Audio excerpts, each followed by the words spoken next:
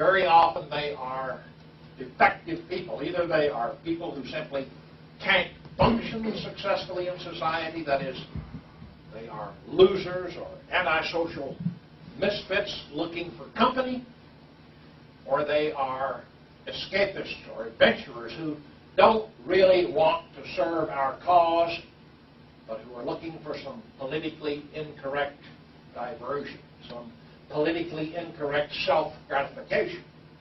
And they hope that we will be able to provide that gratification for them. And that's the last thing in the world that we want to do. It's not just that these people who have the wrong motivations generally provide us with little benefit. They are poison to us because they drive away from us the people who really can be useful to us, the people who really can and will serve our cause. This is something that is obvious to many of the people that we want, but it took me a few years to learn the hard way to shun hobbyists, to have zero tolerance for people who like to dress up in uniforms and shout 1488 and give Roman salutes to TV cameras. And I suspect that there still are a few alliance people who haven't yet developed zero tolerance for these freaks. And that's why I harp on the subject so often. Ultimately, we need many more people than we have now, but we need winners, not losers. If we begin tolerating the losers now for the sake of having more people, we never will get the winners. And then we ourselves will become losers. You know, people who talk about fighting the enemy in the streets really aren't interested in winning. They just get a buzz from talking about fighting the enemy in the streets.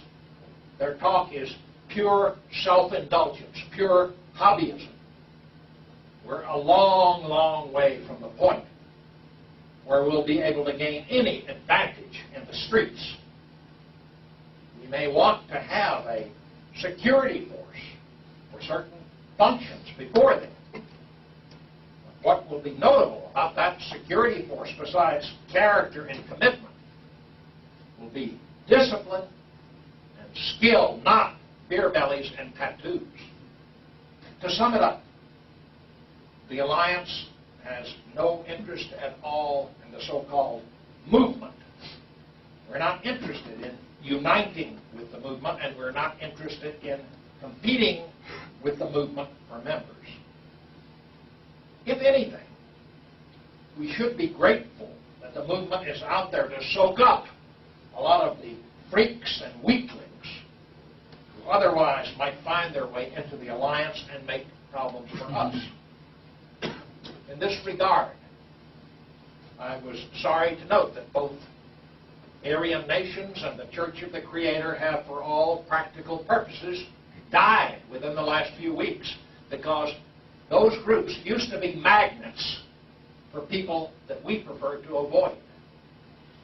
We can only hope that 2 or 3 replacement groups will spring up to take the place of Aryan nations and the Church of the Creator and once again draw away from us some of the defectives.